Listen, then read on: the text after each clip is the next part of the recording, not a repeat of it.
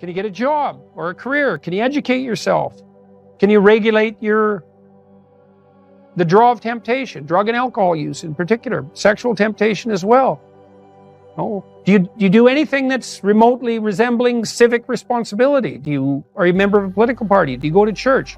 I don't go to church because, their beliefs don't match mine. It's like, who the hell cares about your beliefs? You're like 16. You don't even have beliefs.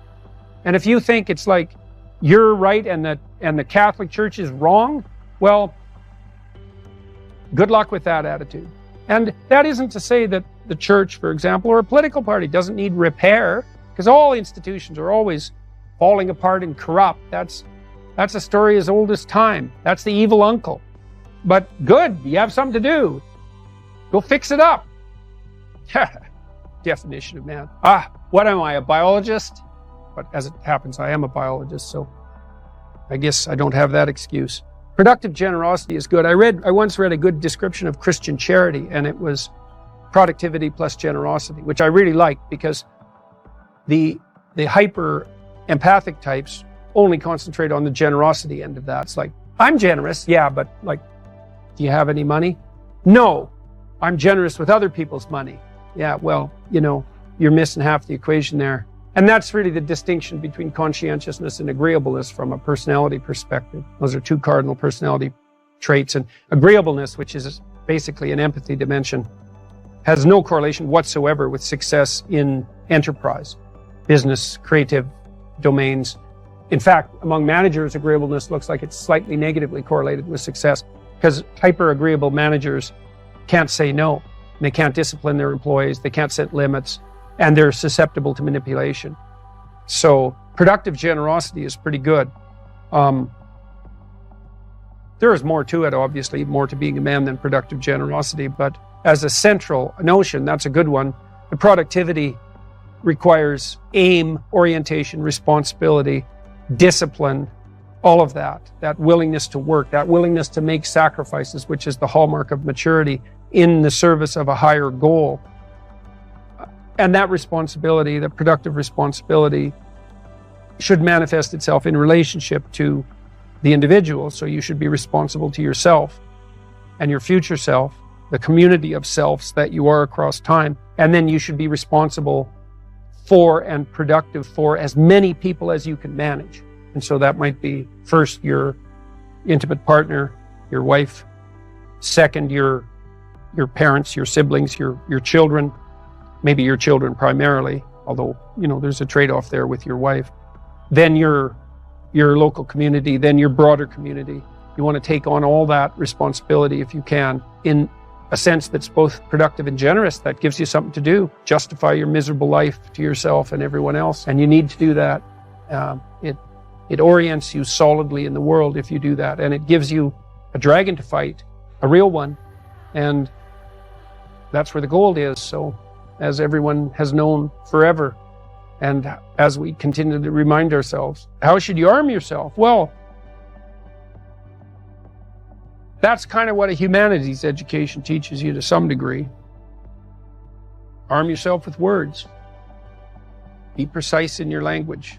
Say what you mean. Read great men and great women. Make yourself literate. Get your tongue in order. Get it under your own control.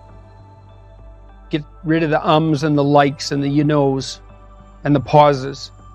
And get rid of everything you say that you only say to impress other people. And just see if you can say what you believe to be true. That's an adventure. That's the thing about the truth, If you aren't speaking the truth, well, you got to ask yourself, if you're not speaking the truth, who is it that's talking? If you're saying something that you do not believe to be true, it's not you talking. It's something else. It might be the part of you that wants to manipulate the other person into delivering what you think you want from them. Well, what is that spirit of manipulation that you've allowed to possess you? It's not you. Let's say you decide to live your whole life in that instrumental manner. You're going to craft your words like the student who says, well, I'm going to write what the professor wants to hear so I get the grade. It's like, well, you just turn yourself into that. Well, who is it that's doing that manipulating? It's not you, because those aren't your words. So even if you get the grade, it's not you that got the grade. It's the false you. It's the manipulative you. So you do that your whole life. You don't have your life. And then you think, well, God, that was a miserable life. I manipulated everybody. They were so damn stupid. They were sucked in by it. They're all contemptible. Everyone does it, which they don't, by the way. And so that's a pathway to bitterness.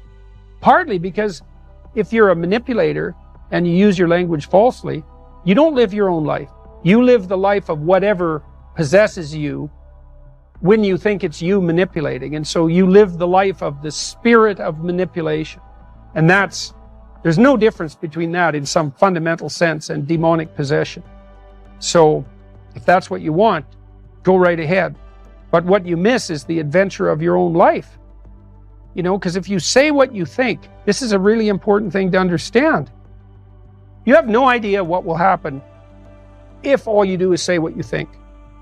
Because you have to let go of everything. Just to do that, you have to assume that there isn't anything better that can happen than what happens if you tell the truth, no matter what happens.